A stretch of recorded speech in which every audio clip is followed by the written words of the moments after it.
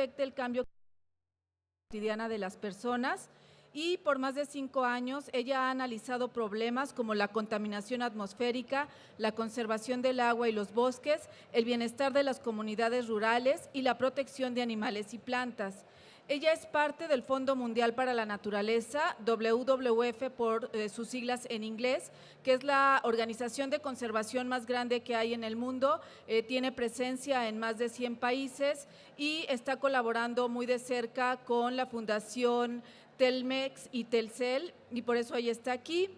En el Fondo Mundial para la Naturaleza, Ninel trabaja en el área de cambio climático y apoya a organizaciones a diseñar y ejecutar proyectos que atiendan los impactos del cambio climático en la gente y los ecosistemas, como son las sequías, las inundaciones, los deslaves y el aumento de plagas. Entonces, demos la bienvenida a nuestra ponente de hoy, que es Ninel Escobar.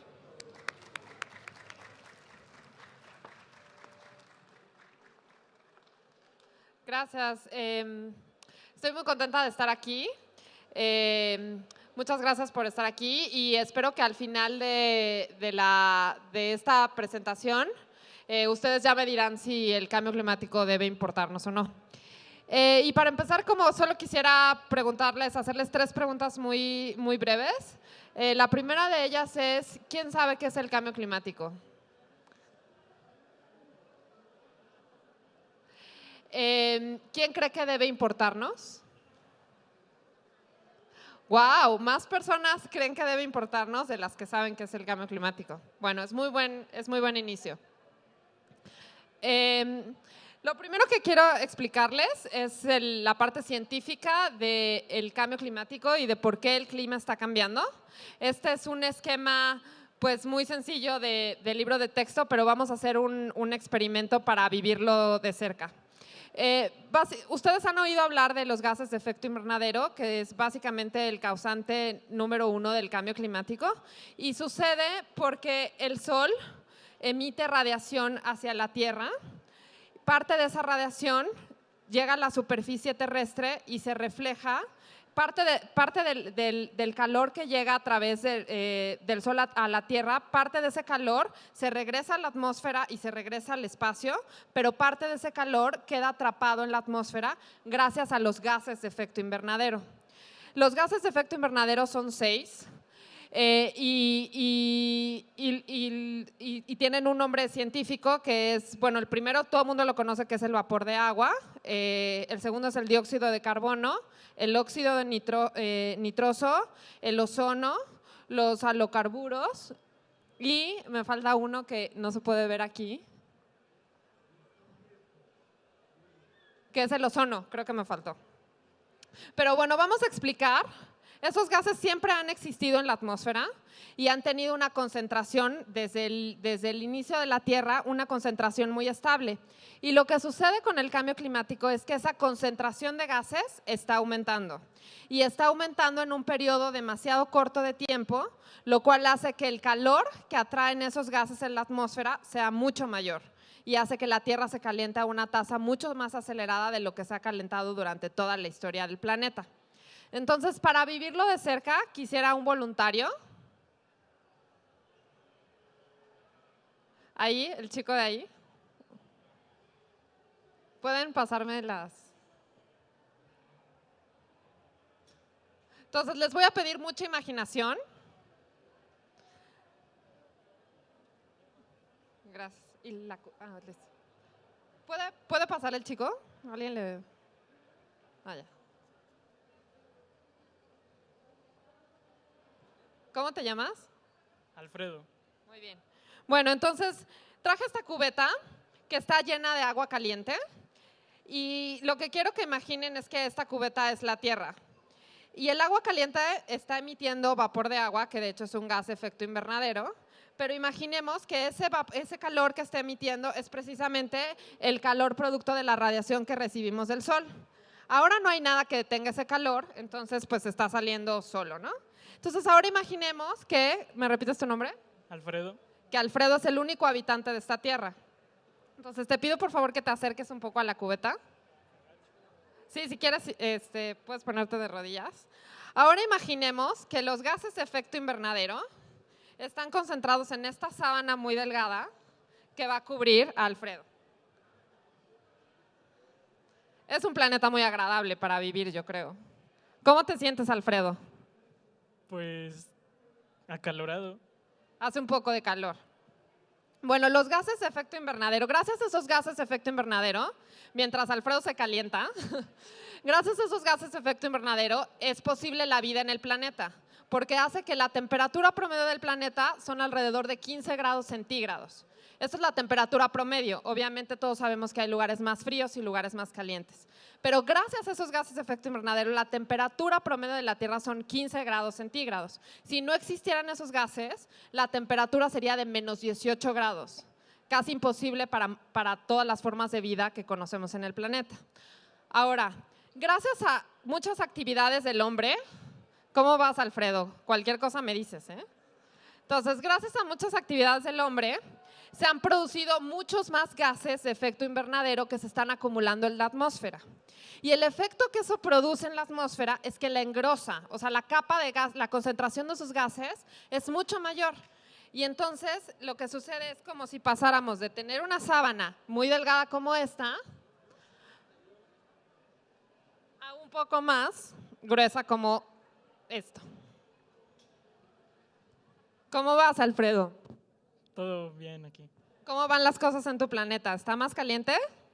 Sí, Ok. ¿Me avisas? Entonces la idea es quedarnos aquí hasta que Alfredo ya no puede estar ahí. Bueno, no, en realidad la idea no es esa, ¿no? La idea es darnos cuenta de imaginar cómo la atmósfera, las concentraciones de gases de efecto invernadero en la atmósfera hacen que sea más caliente la vida en el planeta. Afortunadamente, Alfredo pudo sobrevivir al calentamiento global de su planeta, pero ahora les voy a explicar qué pasa en nuestro planeta. Pero denle un aplauso a Alfredo, por favor. Muchas gracias. gracias. Bueno, entonces les voy a explicar qué pasa en nuestro planeta. Ahí. Allá. No. Ah, listo. Bueno. Cuando les dije que ciertas actividades estaban haciendo que se produjeran más gases de efecto invernadero, pues la mayoría de esas actividades se enfocan en la quema de combustibles fósiles y la deforestación. Son las dos causas principales que hacen que aumente el CO2, que es uno de los gases de efecto invernadero que les comenté, en la atmósfera. Y en esta gráfica es chiquita, pero en esta gráfica se concentran 1000 años de la historia del planeta.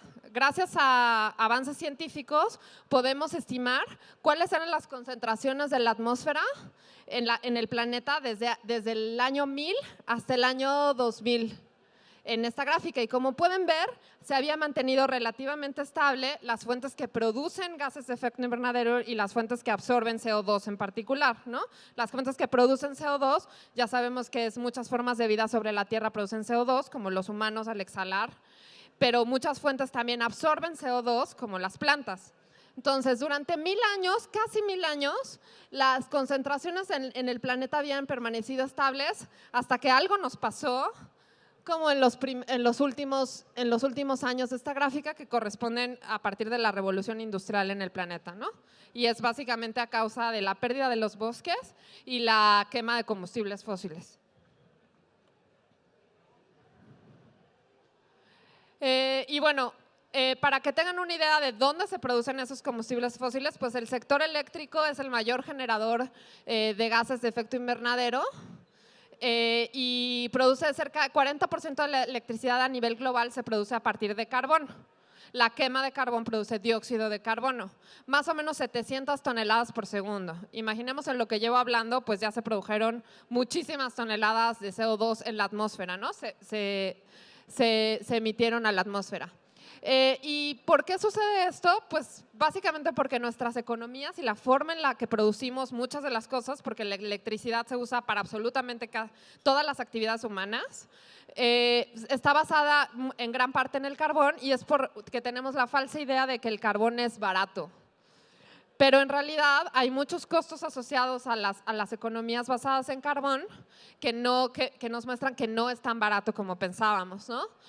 Aquí les muestro algunas estadísticas que no existen para México, pero en Estados Unidos el carbón causa 23.600 muertes en temas respiratorios que nosotros sí estamos familiarizados con ellos por otras razones de contaminación atmosférica, pero también asociadas al carbón, pues las cifras no son menores, ¿no? Estos son los costos ocultos de las economías del carbón.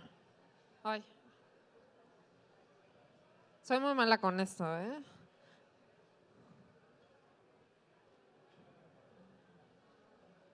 Bueno, ¿y qué está pasando en México? Me voy a mudar a vivir a la casita. Ahí está. Ay. Bueno, les quiero mostrar esta foto. ¿Quién es de Baja California? ¿Baja California Sur? ¿Nadie? Ah, bueno, entonces a ustedes les va a sonar familiar esta foto. Esta foto es del huracán Odile de 2014. Fue el huracán, ha sido el único huracán categoría 5 que se ha formado en el Pacífico mexicano. Es el huracán con más costos registrados en la historia. Dejó sin electricidad a Baja California Sur por más o menos una semana y media y causó los mayores daños en la historia del sector eléctrico asociado a desastres naturales. Una de las consecuencias asociadas al cambio climático es la intensificación y mayor frecuencia de ciclones tropicales, como fue el huracán Odile de 2014. Ok, luego esta foto es de las sequías. En 2011 México vivió la peor sequía también registrada de la historia reciente. Se declaró dañado 70% del territorio nacional y hubo pérdidas cuantiosísimas en ganado y pérdidas de cultivos. Las sequías intensas también son un evento asociado al cambio climático. Esta es otra foto del blancamiento de corales. En 2005, el Caribe mexicano tuvo las temperaturas más altas registradas hasta ese momento, porque actualmente ya se registran temperaturas más altas a esas. Y paralelamente, conforme se fue registrando esa temperatura más elevada en el mar, en el Caribe mexicano, se vivió este evento masivo de blancamiento de corales. Como algunos de ustedes sabrán, el aumento en las temperaturas del mar hace que se acidifique más el mar y que se blanqueen los corales que viven ahí, ¿no? Y obviamente no solo es pues, que perdamos los corales, sino que perdamos toda la vida que depende de esos corales, todas las especies que se alimentan y que van a poner sus crías a los corales, y también de todo el turismo y las personas que viven de los turistas que visitan estos corales, ¿no? Bueno, y la pregunta que quiero que todos nos hagamos es como, ¿por qué nos afecta el cambio climático y por qué nos debería importar, no? Es porque somos vulnerables al cambio climático. México es un país de los que es más vulnerable al cambio climático y estas son las principales razones, ¿no? La primera de ellas es porque por la orografía del país, estamos entre dos océanos en los cuales se producen ciclones tropicales frecuentemente y tenemos una población muy importante viviendo en las costas, entonces eso nos hace particularmente expuestos a los ciclones tropicales que van a ser más frecuentes y más intensos con el cambio climático. El 50% de nuestra población vive en pobreza y cuando eres pobre claramente eres más vulnerable, ¿no? Si tienes casas menos adecuadas a olas de calor, si solo te dedicas a una actividad o no tienes un empleo seguro, si no tienes una red de apoyo, si no tienes muchas cosas que están asociadas a la pobreza, seguramente los efectos del cambio climático te van a afectar más que población que tiene mejores ingresos, ¿no? Y la última razón es que no hay una planeación territorial que nos ayude a adaptarnos al cambio climático. Sabemos que el nivel del mar va a aumentar y sin embargo muchas de las playas en México se construyen viviendas muy cerca del mar, se talan manglares y la actividad ocurre en zonas con alta exposición a riesgos climáticos, ¿no? Aquí solo tengo algunas gráficas para que se asusten, pero después vienen las buenas noticias. Estos son los muertos y los totales de daños asociados a lluvias, sequías y huracanes de 2000 a 2012. El total de daños de 2000 a 2012 acumulado, todo ese dinero corresponde al presupuesto de salud, educación pública y seguridad en México en un año. Y esta gráfica muestra la población afectada, casi 1 millón de personas en 2012 y las viviendas dañadas. En 2012 fueron 25.433 viviendas dañadas por lluvias, sequías y huracanes. Y bueno, me concentré como en los efectos directos del cambio climático en la gente, pero también quiero contarles la otra historia, que es cómo afecta el cambio climático directamente también a las especies y a los ecosistemas que son emblemáticos para México, ¿no? Esta es la portada de un artículo científico que salió en 2013, que en español quiere decir que el cambio climático puede afectar la migración de las mariposas monarca. Los que ya hayan estado en el viaje fantástico, los que ya hayan visitado el santuario de la mariposa monarca, pues sabrán la historia increíble de esta mariposa que viaja desde Canadá a México para pasar el invierno y que la generación que nace en México regresa a Canadá sin haber sabido jamás el camino de regreso. Y en esta historia, científicos han probado en laboratorios qué es lo que hace que las mariposas sepan el camino y cuándo volver. Porque claramente si volvieran antes o si volvieran después, las temperaturas no son adecuadas para ellos y las mariposas son animales muy sensibles que pueden morir con un cambio pequeño en las temperaturas.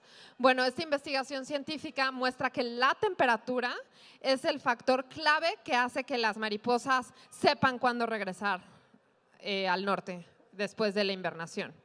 Y esto quiere decir que si la temperatura es la señal que las mariposas siguen, si la temperatura cambia drásticamente, puede ser que las mariposas no tengan una reacción positiva y pueda afectar su permanencia.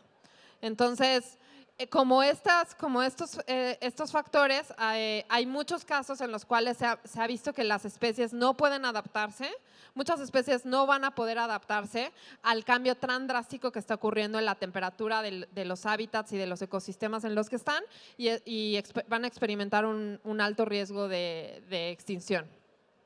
Claramente, la naturaleza se ha adaptado a los cambios climáticos durante mucho tiempo. La diferencia con los cambios climáticos que ocurren hoy en día es que el cambio es demasiado grande y demasiado rápido y puede ser que muchos no lo logren. Y bueno, estos son como los retos que creo que tenemos como sociedad para enfrentar el cambio climático. El primero es que necesitamos enterarnos más y ustedes están dando el primer paso estando aquí. Comunicarnos más y usar las herramientas que tenemos de la ciencia y la tecnología disponibles para entender cómo adaptarnos al cambio climático. Y aquí algo que les quiero transmitir es que si bien podemos hacer muchas cosas para reducir el cambio climático, y ahora voy a hablar de ellas, gran parte de este cambio es irreversible. Incluso, aunque apagáramos todas las formas de quema de combustibles fósiles, aunque no usáramos electricidad nadie de nosotros y regresáramos a usar velas por el resto de nuestra vida, el cambio climático va a seguir ocurriendo. Porque los gases viven demasiado tiempo en la atmósfera y no se va a poder revertir. Entonces, la idea de reducir los gases que seguimos produciendo es ganar tiempo y lograr que el efecto del cambio climático sea menos sobre nosotros. Pero la adaptación es inevitable. Tenemos que aprender a vivir en un mundo que va a ser muy diferente al mundo de nuestros padres y al mundo de nuestros abuelos. Pero nosotros como especie, como humanos, hemos mostrado ser una especie con mucha adaptabilidad. Entonces, la idea es pensar cómo vamos a poder vivir en un mundo que va a cambiar drásticamente y que está cambiando drásticamente. Y bueno, de las cosas que podemos hacer, muchos ya todos lo saben, para reducir los gases de efecto invernadero, pues de entrada tenemos que pensar mucho más nuestras decisiones de consumo y tratar de reducirlas. El uso de los automóviles, el uso de los aviones, el uso excesivo de electricidad, todo eso causa gases de efecto invernadero y la tecnología puede ayudarnos también mucho a consumir menos. Ya hay electrodomésticos muy eficientes, ya hay coches muy eficientes. Entonces, la idea siempre es pensar en cómo podemos optar por esas opciones más eficientes de consumo de electricidad y también tratar de reducirlos en la medida de lo posible si no son necesarias para nuestro estilo de vida. Y para adaptarnos, los invito a visitar, WWF tiene una página específicamente para tratar los temas de adaptación, que es www.adapt.org. Y aquí tenemos 2 cursos en línea. Esta es una muestra de la página. Tenemos 2 cursos en línea con esta abejita y este changuito. Son 2 cursos en línea para que entren. Hay una versión en español. Y ahí les contamos un poco de cómo pueden entender qué es la adaptación y cómo pueden hacerlo en su vida cotidiana.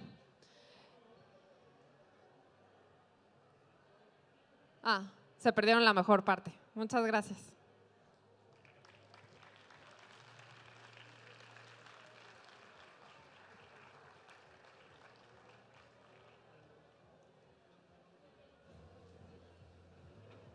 Bueno, ahora corresponde a ustedes, si tienen alguna pregunta, una duda, una inquietud que quieran compartir aquí con nuestra especialista, es el momento.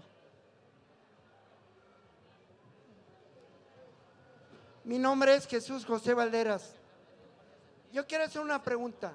¿Por qué aquí en nuestro país no utilizan el gas que produce la basura, que puede alimentar el metro o parques? Pero eso sí, cada sexenio aumentan partidos políticos que se les da un dineral y nosotros siempre hablamos del medio ambiente, principalmente las autoridades. Pero ¿por qué no se enfocan a utilizar todo ese gas que produce la basura? Yo vivo en Chimalhuacán. Ya hubo una explosión que destrozó casas. Ahí mis vecinos de Nesa, ese gas ya provocó destrucción de casas. Nada más lo tapan y bendito Dios, que les vaya bien, ya les levantamos su casa en otro lado y ya todo. Y seguimos en la misma. No vamos a ser un país tercermundista, pero vemos estadísticas de otros países, como ahorita lo vimos de Estados Unidos, pero no vemos lo interior de nosotros. Gracias. Gracias. Bueno, el señor tocó un punto muy importante, que es las fuentes de energía y cómo podemos optar por fuentes de energía más limpias que reduzcan el efecto del cambio climático, y esa es una muy buena opción de producción de energía, la basura. Existen muchos proyectos en México y en el mundo asociados a producir electricidad o aprovechar el gas que produce la basura y los residuos orgánicos, por ejemplo, las granjas de cerdos. México es uno de los líderes en la producción de gas a partir de granjas de cerdos. Y creo que hay 2 proyectos muy, muy interesantes en Monterrey de unidades habitacionales completas el alumbrado público de esas zonas residenciales viene de basureros municipales. Y la razón por la cual no sucede claramente es porque no existe una planeación que empuje el uso de esas fuentes de energía. En general, esas fuentes de energía se llaman energías renovables porque se producen de fuentes que, a diferencia del petróleo, pueden producirse constantemente. México tiene un compromiso a nivel energético de aumentar su producción de renovables, pero claramente no es suficiente, como dice el señor, no es suficiente para todo el potencial que tenemos, por ejemplo, como la energía solar o la energía eólica, o la energía producida a través de basura, como es el biogás. Pero lo que podemos hacer nosotros como ciudadanos es empujar a que nuestras autoridades se comprometan a aumentar el compromiso de renovables en el país y exigirlo a nivel municipal, por ejemplo, que son los que operan las viviendas y la basura, y también a nivel federal, ¿no? Mi nombre es Isaac. Tengo una pequeña duda acerca de… Bueno, es que tengo una noción acerca de unos lagos y los polos que están congelados y tienen miles de millones de años congelados, por lo que yo leí y escuché. Y quería ponerme al tanto de saber qué es lo que sucede si esos lagos llegasen a descongelarse, ya que en este pequeño, ¿cómo se dice? No sé, una historia o algo que estaba escrito, no recuerdo la verdad. Y decía que estos lagos poseen bacterias y pequeños parásitos que están congelados ahí, que tienen miles de años junto con los lagos que están congelados. Entonces yo quería saber qué es lo que está pasando o qué es lo que puede pasar si se llegasen a descongelar por el cambio climático. Bueno, como todos han oído, el Ártico está desapareciendo, están cogiendo mucho su superficie de hielo y eso es a raíz de las altas temperaturas que está experimentando, que no había experimentado antes. El efecto principal de que estas masas de hielo se descongelen, el efecto directo inmediato es que aumente el nivel del mar, porque estás aportando agua al nivel del mar existente. Otro efecto paralelo es que con el aumento de la temperatura el agua se expande, ocupa más volumen. Entonces eso también aumenta el nivel del mar. Entonces, el efecto directo sobre la superficie marina es el aumento del nivel del mar y eso a su vez va a afectar a las costas de esos lugares. Ahora, los efectos indirectos y qué pueda pasar, pues nadie lo sabe con certeza, porque hemos vivido en un mundo donde siempre habían existido esas masas de hielo. ¿Qué pasa cuando desaparezcan? Nadie lo puede predecir con certeza. Como tú dices, pueden haber muchos organismos encapsulados en esas masas de hielo y qué suceda si se descongelan y cómo interactúen, si es posible que se interactúe con otros organismos vivos alrededor y qué suceda con esa interacción, nadie lo sabe. También lo que es cierto es que con el descongelamiento de esas masas de hielo va a quedar superficie explorable que antes no podíamos explorar porque estaba ocupada por hielo. Y eso es otra gran amenaza, ¿no? Pero no lo sabe nadie a ciencia cierta. Ahora, allá atrás, otra pregunta. Mi nombre es Ángel Salvador. Yo digo que también los mexicanos tenemos la culpa de esta ciudad porque también nosotros no hacemos caso a las reglas que dice el gobierno. Cuando el gobierno dice no circular, pues ahí circulamos, no obedecemos las reglas. Y ese smog que sale de los carros, de los camiones o de las camionetas, eso se va al aire y ya cuando en las nubes se hace una energía, por eso se ocasionan las lluvias, se ocasionan los huracanes. También tiramos basura en la calle y pues no obedecemos. Que dicen, no, pues sepárala y todo, no, nosotros le echamos en una bolsa y órale que se la lleve el camión. Entonces, pues también nosotros tenemos la culpa de que esta ciudad esté más contaminada. Gracias. Ahora vamos a pasar a leer una pregunta que nos mandan por Twitter, porque también tenemos un público en Twitter. Y David Victoria nos pregunta, ¿cómo crear conciencia para evitar menos contaminación?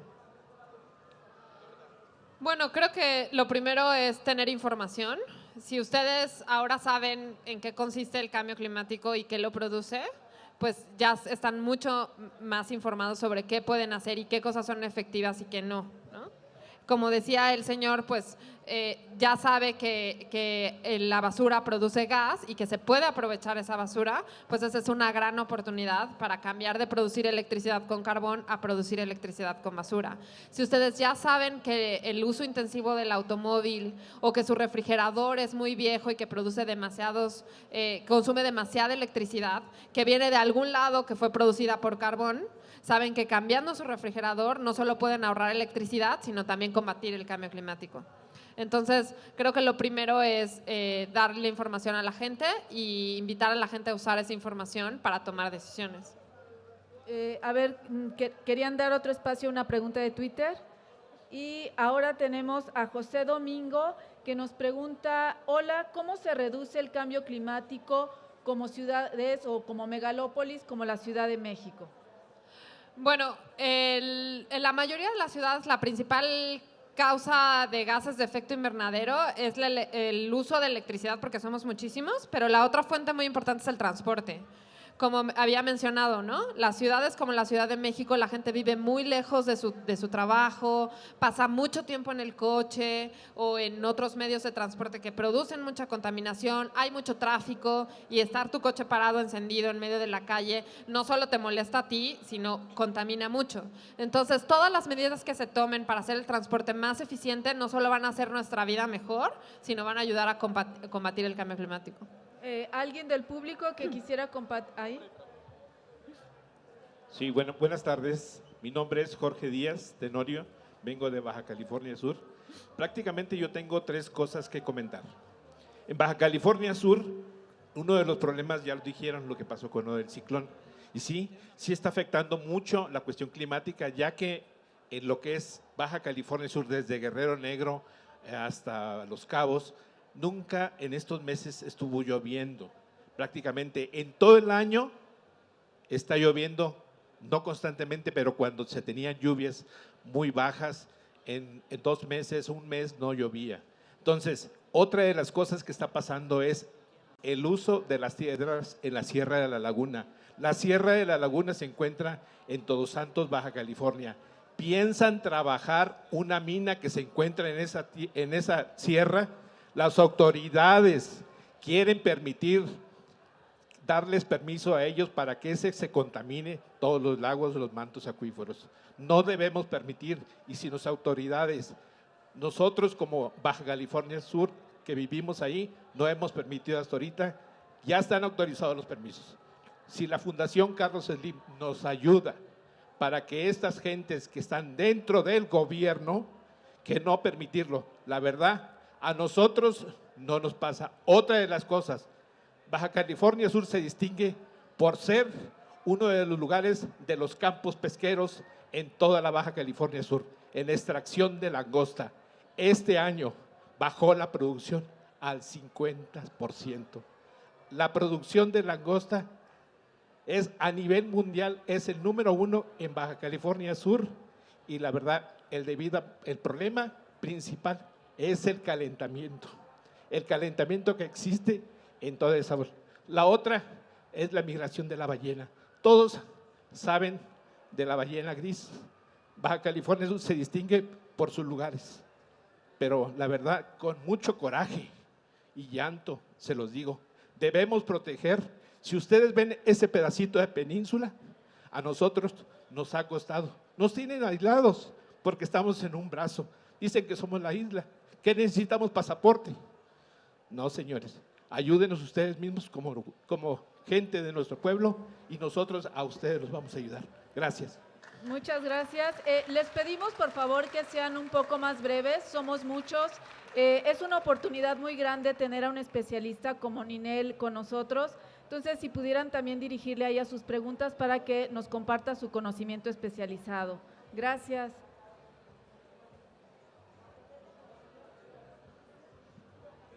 Gracias, mi nombre es José. Yo quisiera preguntarle si usted está de acuerdo que el problema principal para solucionar el problema de cambio climático son los intereses económicos como el de la industria petrolera. Pues sin duda es, siempre que se quiere fomentar un cambio, la gente que vive de producir gases de efecto invernadero porque es parte de su negocio va a estar en contra, ¿no?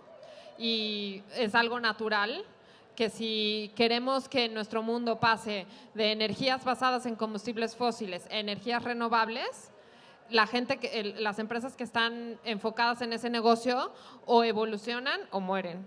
Entonces, claramente hay un lobbying importante de las empresas petroleras para seguir, para que no cambien las cosas, pero en los últimos años se ha visto por lo menos a nivel global, se ha visto una transición muy fuerte a energías renovables porque ya son cada vez más baratas. Entonces, ya no es solo de que quieran o que estén dispuestos a cambiar, sino que van a tener que cambiar porque el negocio ya no es rentable. Entonces, sí estoy de acuerdo en que las empresas petroleras, por supuesto que no quieren que cambien las cosas porque ellas viven de eso, pero las empresas que son innovadoras y que ven hacia adelante ya están conscientes de que tienen que migrar hacia otras formas de energía. Uno, porque ya son más rentables que la producción con combustibles fósiles, como es el petróleo. Cada vez está más bajo y es más caro sacarlo. Cada vez es más profundo y es más caro sacarlo. Y ahora que el precio del petróleo está tan bajo, es menos rentable ese negocio. Y van a tener que hacerlo si quieren permanecer en el negocio, ¿no? Pero claramente también depende de las decisiones de los gobiernos por impulsar las energías renovables. Aquí tenemos enfrente otra pregunta. Mi nombre es Eduardo.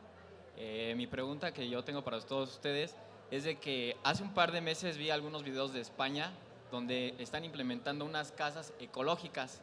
Esas cajas están constituidas de celdas solares, reemplazan la luz que viene de cables. A través de celdas solares la luz se obtiene También el gas se quita totalmente y a través de estas celdas solares existen calentadores para estas mismas casas. Otro método también es de que reemplazan los ductos de agua descompuesta que ya no tiene uso, y todo esto lo acumulan en un tipo fósil, donde todo el desperdicio humano sirve como alimentación para plantas, fertilizantes y todo este tipo de cosas. Y mi pregunta es, quiero saber, ¿cómo puedo hacer yo una casa ecológica o de qué está constituida? Okay. Muchas gracias. Tocas algo bien importante, que es qué podemos hacer nosotros que nos beneficie en nuestra vida y que también ayude al planeta. Hay muchas tecnologías para adaptar tu casa y depende mucho de las condiciones en donde vivas y de los materiales disponibles, y también pues hay tecnología más cara que otra, ¿no? Pero, por ejemplo, ¿quién de ustedes tiene una casa que tenga azotea? Bueno, todos ustedes podrían poner un calentador de agua solar y saldría, y ya, si no les interesa el planeta, de cualquier manera ahorrarían dinero. Y si les interesa el planeta, ahorrarían dinero y ayudarían al planeta. Solo se requiere una casa con azotea, y México tiene unas condiciones climáticas solares ideales para que un calentador solar de agua funcione perfectamente bien y les dé agua para bañarse en las mañanas y agua caliente para las necesidades de una familia promedio. Hay muchas marcas en el mercado, ya son mucho más baratos de adquirir, e incluso con algunos créditos hipotecarios el calentador solar viene instalado en la casa y te lo cobran como parte del crédito. Hay otras tecnologías como la captación de agua de lluvia, que en muchos lugares puede resultar muy beneficioso. De hecho, hay una organización que trabaja en la Ciudad de México para ayudar a familias de bajos recursos que no tienen agua, que no están conectadas a la llave y que usan, es muy barata, colectan el agua de lluvia y tienen unos filtros que permiten purificar de alguna manera bastante bien el agua, y pueden usar esa agua, y eso nos ayuda a todos, porque esa gente ya no va a caminar muchas horas, pero también ya no va a sacar agua de la red de agua que ya está con mucha presión, y va a usar el agua de lluvia, ¿no? Entonces, ahí depende de dónde vivas y depende de cómo es tu casa, puedes optar por calentadores solares de agua, también por por paneles solares para la energía, toda la energía de tu casa, y también por métodos de captación de agua de lluvia que van a quitar la presión de la red de agua, que también reduce gases de efecto invernadero porque se necesita electricidad para llevar agua a tu casa. Otra pregunta aquí adelante. Gracias, Ninel. Buenas tardes. Mi nombre es Uriel. Tú como economista sabrás que una de las principales barreras que tiene el combate al cambio climático son las promesas de crecimiento y desarrollo económico en todos los países, sobre todo en países en vías de desarrollo como lo es México. Esto debido a que los patrones de producción aumentan en relación también a nuestros patrones de consumo. En este sentido, mi pregunta es, ¿crees tú que es posible un capitalismo verde en nuestros días? Gracias. Pues sin duda creo que es indispensable repensar nuestros estilos de vida, que hoy por hoy consumimos a nivel global, toda la población del planeta consume, la huella ecológica del planeta es equivalente a 1,5 planetas. Bueno, ya la pasamos hace tiempo, ¿no? Pero no hay manera, lo que quiere decir esto es que si mantenemos el estilo de vida que mantenemos, requerimos los recursos que produce 1,5 planetas. El problema es que solo tenemos un planeta y vamos a ser muchos más habitantes en muy pocos años más. Entonces, lo que hoy pensamos que es sustentable, o lo que ayer pensábamos que es sustentable, puede no serlo para nada en un planeta con muchos más habitantes, 9,000 millones de habitantes. Entonces, si me preguntan a mí personalmente, creo que realmente tenemos que cambiar totalmente nuestra idea de estilo de vida si queremos vivir en un planeta de 9,000 millones de habitantes. Ahora, en relación al capitalismo, el capitalismo tiene muchas ventajas en términos económicos para darle bienestar a la gente en aspectos básicos, comparado con otros sistemas económicos. Pero claramente tiene que ser un capitalismo muy diferente al que vivimos en países como México o en países desarrollados. Esa es una respuesta, pues, corta, pero espero que efectiva. Aquí adelante tenemos otra pregunta. Hola, mi nombre es Valeria. Bueno, tocando el tema de Hoy No Circula, que consiste en que, bueno, varios carros no circulen y así bajaran los gases contaminantes de la Ciudad de México, tengo una duda. ¿Qué pasaría si un día las fábricas, aunque sea un día, dejaran de funcionar para prevenir los gases? ¿Qué pasaría si dejaran de trabajar ese día? Y ¿Un día dejaran de circular quiénes, perdón? No, dejaran de trabajar las fábricas, aunque sea un día. ¿Se lograría que los gases contaminantes de la Ciudad de México bajaran? Pues depende, porque los gases contaminantes, por lo menos en la Ciudad de México, están producidos por los automóviles. Ya no hay mucha industria en la Ciudad de México. Entonces, si me dices si las fábricas cerraran, ¿las fábricas de dónde cerraran? En México, yo creo que no cambiaría mucho las condiciones contaminantes en México, en la Ciudad de México, porque no hay muchas fábricas en México dentro de la periferia urbana, ¿no? Pero seguramente reducirían la contaminación en las localidades cercanas a esos núcleos industriales, como puede ser Vallejo, como los pocos lugares donde sí se concentra industria. Seguramente si dejara de funcionar, mejoraría la calidad del aire ahí, pero no creo que en el resto de la ciudad, porque en el resto de la ciudad la mayor fuente de dispersión de contaminantes son los automóviles. Allá atrás tenemos otra pregunta. ¿Qué tal? Buenas tardes. Mi nombre es Rafael Torres. Y bueno, quisiera comentar un poco,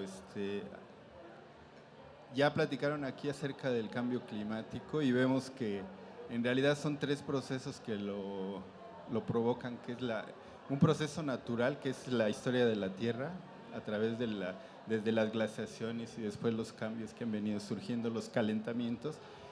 Y a últimos años, como decía nuestra especialista, las cuestiones del aumento de gas invernadero y la deforestación. Entonces, lo que podemos hacer nosotros? Bueno, es difícil poder hacer algo ante iniciativas o cuestiones de industrialización, como es pues, el consumo de gasolina en las industrias, la industria minera, ya hablaban por ahí. Pero lo que sí hay una iniciativa a nivel nacional, por ejemplo en México, que es la conservación de áreas naturales comunitarias, donde empresarios están ofreciendo en sus áreas naturales comunitarias que la gente los visite y de alguna manera ellos están conservando bosques y selvas. Entonces lo que nosotros como iniciativa particular, si no podemos ante la industrialización, sí podemos bajar el consumo, por ejemplo, de gasolinas y respetar las cuestiones que el gobierno marca, pero de alguna manera individual, también nosotros podemos fomentar y apoyar esas iniciativas que les hablo de la conservación de áreas naturales en todo nuestro país, lugares espectaculares y muy bonitos, que es una forma de hacer turismo diferente, visitar y ayudar a esas iniciativas para que esas personas que están promoviendo esto se pueda conservar esos recursos naturales y de alguna manera ayudemos a evitar la deforestación. Gracias. Bueno, usted tocó un punto del que yo no hablé mucho, pero es igualmente importante, que como les mostraba en la presentación, el ciclo del carbono se regula por las emisiones de CO2, pero la principal fuente de captación y de almacenamiento, de captura y de almacenamiento de esos gases de efecto invernadero y en particular del CO2 son los bosques. Entonces, cuando perdemos bosques, también estamos emitiendo gases de efecto invernadero, porque al quemarlos, obviamente, todo el carbono que capturaron se libera a la atmósfera. Pero también si aumentamos nuestra superficie de bosques, esos árboles adicionales van a ayudar a capturar aún más CO2 y eso también ayuda al combate del cambio climático. Entonces, una estrategia muy importante que debemos de impulsar desde el tema de cambio climático en nuestro país es, uno, evitar que aumente la deforestación, que es un grave problema en México, que se produce por el cambio de uso de suelo, es decir, la gente que tala bosques para poner cultivos agrícolas, ganadería u otra cosa, y también los incendios forestales o la tala ilegal. Entonces, cualquier iniciativa que nos ayude a conservar los bosques, y como decía el señor, muchos bosques son el sustento de vida de muchas comunidades, y al visitarlos, apoyar esos proyectos productivos, estamos apoyando que existan esos bosques en el futuro. Claramente también estamos ayudando a combatir el cambio climático. Ok, aquí adelante tenemos otra pregunta. Buenas tardes, te felicito, Ninel, porque eres muy jovencita y estás preocupada por este gravísimo problema. Qué bueno que la Aldea Digital, Carlos Slim, Ciudad de México estén preocupados por este problema que es muy, muy grave. Y más que pregunta, yo también soy una persona muy preocupada por esta temática y quisiera invitarlos a que vean un video, Enemigo Público número 1, calentamiento global. Espero poder ayudar con un granito de arena como tú lo haces, con este grave problema. Gracias. ¿Alguna otra pregunta? No sé, aquí la señora. Hola, buenas tardes. Mi nombre es Marta Solís. ¿Qué tan bueno sería? ¿Puede pegarse? No se escucha. ¿Qué tan bueno sería que en cada casa sembráramos nuestro arbolito, que lo cuidáramos, que lo controláramos en su crecimiento? Eso nos ayudaría mucho, creo yo, ¿no? Sí, claro que sí, por supuesto, porque los árboles captan CO2 y bueno, también son muy lindos, ¿no? Ok. ¿Ya no hay? No. Miren, una última pregunta ya y ya pasamos a otra dinámica. Hola, buenas tardes. Mi nombre es Brian. Yo tengo una pregunta. Hablaban acerca de los calentadores solares y yo había visto una iniciativa que me gusta mucho, que es la de las azoteas verdes. No sé qué tan viable sea aquí en México y qué tan costosa podría ser y cuánto podría ayudar, siendo que como tú lo mencionabas, tenemos muchas azoteas, entonces como tener como un jardín en la azotea con árboles, plantas, creo que sería una buena opción, pero es costosa y sí es viable aquí en nuestro país. Sí, o sea, la primera respuesta es sí ayuda mucho, porque son plantas y están capturando CO2 en donde estén. La gran diferencia con otras iniciativas es que el cambio climático nos afecta a todos en el planeta, independientemente de dónde se queme el combustible fósil, porque la atmósfera hace que circulen los gases. Pero la gran ventaja del cambio climático es que todos podemos ayudar a reducirla, porque capturar gases de efecto invernadero en cualquier parte del planeta donde estemos ayuda. Entonces, si las azoteas verdes también son una alternativa viable, ¿de qué depende que puedas poner una azotea verde en tu casa? No soy una experta, pero creo que depende del techo, del material con el que esté hecho tu techo. Si es techo de láminas, si es un techo frágil, no va a resistir. Tiene que ser un techo lo suficientemente fuerte, porque necesitas una capa de tierra mínima para plantar las plantas que quieres. Y si entiendo, o sea, si estoy en lo correcto, por lo menos el gobierno de la Ciudad de México y algunos otros gobiernos de las ciudades están fomentando que la gente y las empresas tengan azoteas verdes, haciendo una deducción en el pago de predial. Entonces hay que informarse. Eso también es una noticia buena para mucha gente, porque hay muchas zonas de la ciudad que tienen un alto pago de predial y podrían acceder a un descuento instalando una azotea verde, que también les da muchos beneficios en su casa, ¿no? Pero depende del material con el que esté hecho el techo, y el costo no lo conozco, pero hay muchas empresas y muchas organizaciones no gubernamentales, no lucrativas, que te asesoran para poner una azotea verde. Bueno, y ahora para finalizar vamos a pasar a una dinámica. Ninel va a hacer una pregunta al público y el que la responda correctamente se va a ganar este teléfono inteligente. Entonces pongan mucha atención, todo con orden, no se vale gritar la respuesta, sino levantar la mano rápidamente para pues poderse ganar este teléfono. Entonces, Ninel. ¿Quieren la pregunta fácil o difícil? ¿O súper difícil? ¿Difícil? Como tú quieras. Bueno, ¿cuál es el principal gas de efecto invernadero que causa el cambio climático? Tú decides. Espérense, esa era la fácil. No, esa, adelante. No, tú di. ¿Quién viste?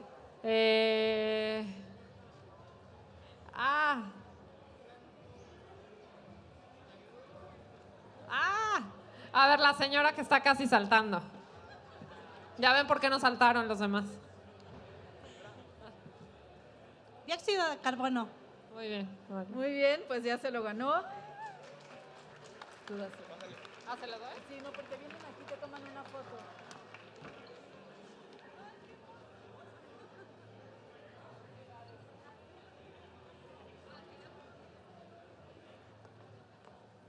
Y bueno, ya para finalizar, le queremos dar a Ninel este reconocimiento por haber participado hoy en la Aldea Digital y haber compartido con todos nosotros este tema tan importante que es los efectos del cambio climático en nuestra vida diaria. También un agradecimiento a Telcel por extender esta invitación a un especialista como Ninel.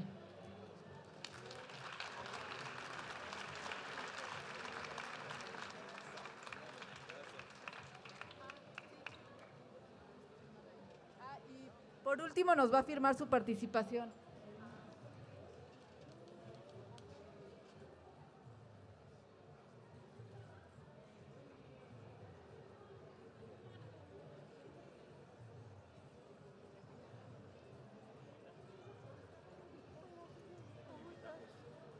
Oigan, y no se vayan, miren que tengo aquí. Oigan, en un momentito empieza la conferencia de Wikichava. Es uno de nuestros comunicadores mexicanos jóvenes que ha tenido mucho éxito. Va a estar muy interesante su conferencia y vamos a rifar otro Sony.